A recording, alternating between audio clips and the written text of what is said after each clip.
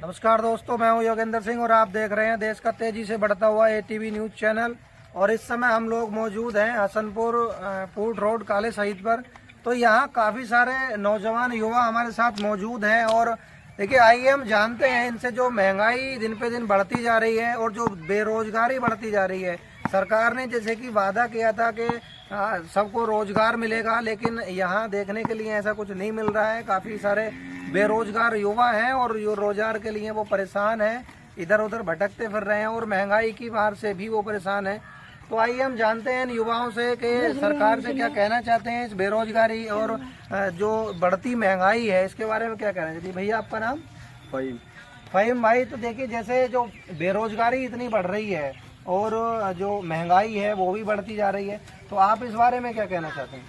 देखिए, बढ़ती महंगाई को देखते हुए सरासर सीधा सवाल यह है कि इसके कारण जो है सरकार है, चाहे वो यूपी में हो चाहे वो सेंटर में हो, इसकी बिल्कुल जो मतलब वो हो रही है, महंगाई हो रही है, जो भी चीजें हो रही हैं आजकल देश में, पूरे देश में हालात ऐसे हैं कि काम बिल्कुल नहीं है कहीं पे भी। और आपको सीधा सीधा एग्जांपल ये यहाँ पर दिख रहा है, लड़के जितने भी क्रिकेट खेल रहे हैं देख रहे हैं आप, ये काम न होने की वजह है। योगी सरकार ने भी वादे किए थे कि दुनिया भर की चीजें सस्ती होंगी, लाइट मुफ्त करा दी जाएगी, राशन के नाम पे लोग वोट मांगते हैं, राशन मिल रहा है आपको लाइट फ्री मिलेगी, पानी फ्री मिलेगा, बिजली फ्री मिलेगी। अब आप ये बता दें कौन सी चीज ऐसी है जो आपको फ्री मिल रही है?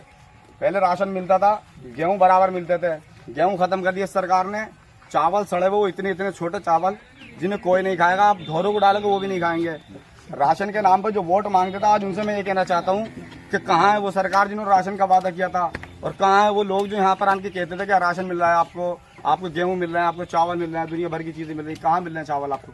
किसको चावल मिल रहा है? गेहूं मिल रहा है। चावल थोड़े से दे देते हैं, राशन खत्म। लाइट के नाम पे कि लाइट फ्री होगी। अखिलेश सरकार ने कहा था कि अगर उत्तर प्रदेश में सरकार बनती है तो 300 यूनिट बिजली फ्री हो जाएगी। उत्तर प्रदेश में मैं मानता हूँ फैक्ट्री ऐसी चीजें हैं जहाँ पर यूज हो सकती है लाइट ज्यादा, घरों में 300 यूनिट नहीं होते हैं यूज।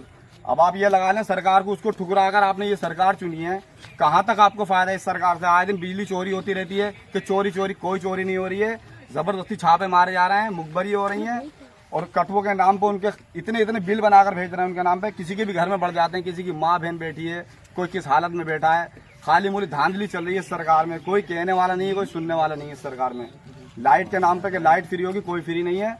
बिल बढ़ के आ रहा है, जो पहले 1000 का बिल आता था आज वो 1200-1500 का बिल आ रहा है। किसी के घर में समर से बिल नहीं है, उसके बावजूद इतने बिल आते हैं कि आप देखें जाके बिल चेक करें, गरीब के घर में एक बल्ब जल रहा है, उसके बावजूद उसके यहाँ 1500, 1600, 2000 का बिल आ रहा है। तो कौन सी सरकार है ये? कोई सरकार ऐसी नहीं है जो गरीबों का हक में सोचे या गरीबों का भला सोचे। सब लूटने वाले हैं, चाहे योगी हो चाहे मोदी हो। भाई, मैं खुलकर ये बात कहूंगा कि सरकार अगर यहाँ पर चल सकती है, सेंटर में चला सकती है तो कांग्रेस चला सकती है, और उत्तर प्रदेश में अगर सरकार चलेगी तो अब चलेगी बहुजन समाज पार्टी की। क्योंकि यादवों में इतना दम नहीं है कि यादव मुसलमान के साथ मिलकर अखिलेश को जिता दें। अगर यूपी के अंदर सरकार बनानी है तो बहन कुमारी मायावती के साथ जुड़ना होगा, और तमाम जितने भी हमारे जाटव समाज के लोग हैं उनके साथ अगर मुसलमान जाएगा 22% के साथ, तो सरकार उत्तर प्रदेश में मायावती जी की बनेगी, ना कि उनकी बनेगी। 2% हमारे साथ होते हैं, बाकी 3% में से भाग जाते हैं बीजेपी के साथ। यादव समाज 5% है, सबको मालूम है, जिनमें 2% मुसलमान के साथ हो जाता है, 3% बीजेपी के साथ हो जाता है। तो मुसलमान निकला क्या करेगा आप बताएं? मैं बता देना चाहता हूं सरकार के मामले में कि सरकार जो है एक नंबर की चोर है, अपना पेट भर रही है, बस किसी के बारे में कुछ नहीं सोच रही है। अगर रोजगार होता तो ये इतने युवा खड़े हैं, कोई सा ऐसा युवा नहीं है जो पढ़ा लिखा नहीं है। आप देखे जाकर क्रिकेट खेल रहे हैं, या हाथ में एग्जाम्पल है मेरे, रोजगार न होने की वजह से आदमी टाइम पास कर रहा है। जब रोजगार नहीं तभी तो टाइम पास कर रहा है। रोजगार होता तो यहाँ क्यों होते? काम कर रहे होते जगह जगह पे, नोटबंदी कहीं पे कुछ कभी कुछ। ये सरकार ने तो किया, किसी और ने तो नहीं किया। जी देखिए, तो ये लोग जो नौजवान साथी हैं हमारे, तो कितने परेशान हैं ये रोजगार को लेकर, और जो महंगाई है उसे लेकर भी काफ़ी परेशान है। और इन्होंने बताया कि जो इनके पास रोजगार है नहीं, तो ये अपना टाइम पास करने के लिए काफ़ी सारे नौजवान हमारे बीच मौजूद हैं। तो हम इनसे जानते हैं। जी भैया, आपका नाम? अरमान खान। तो जैसे महंगाई बढ़ती जा रही है और बेरोजगारी भी बहुत तेजी से आगे बढ़ रही है, तो आप इसके बारे में क्या कहना चाहेंगे सरकार से कि कोई जो नौजवान साथी हैं हमारे पढ़े लिखे हैं उन्हें रोजगार मुहैया कराए जाएं, या किस तरीके से आप कुछ सरकार को बताएंगे?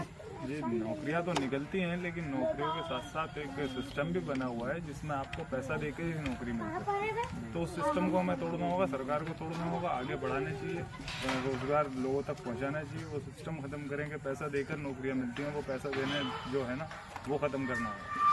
मतलब तो जो मैं सरकार से यही कहना चाहता हूँ कि सिस्टम जो है सिस्टम बदले।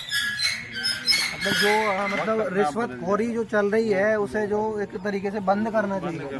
तो देखिए हमारे साथ और मौजूद हैं। भैया आपका नाम?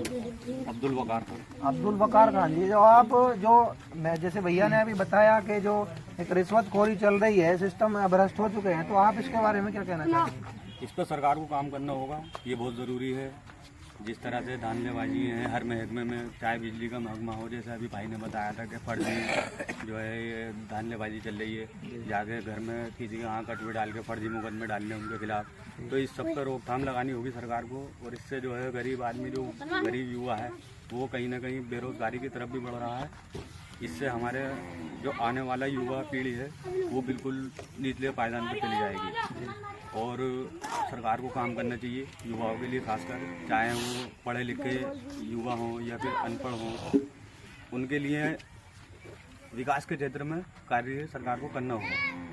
देखिए इन भाई ने अभी विकास के क्षेत्र में जो बातें कही काफी हद तक वो सही बातें हैं कि जो सिस्टम है उसमें सुधार आना चाहिए। और जहाँ जहाँ जैसे इन्होंने बताया कि बिजली चोरी है और हर तरीके से इन्होंने सिस्टम में राशन का हो चाहे किसी भी चीज का वो सिस्टम हो, हर जगह एक धांधलीबाजी चल रही है। तो मैं चाहूंगा सरकार से कि इस तरीके की जो धांधलीबाजी चल रही है वो बंद करनी चाहिए, क्योंकि जो हमारे युवा हैं, हमारे देश के जो युवा पीढ़ी है वो अब जागरूक हो चुकी है। और जो आगे से इस तरीके से अगर गलत किसी के साथ होगा तो वो उसके बारे में सहन नहीं कर पाएंगे, उसके खिलाफ अपनी आवाज उठाएंगे।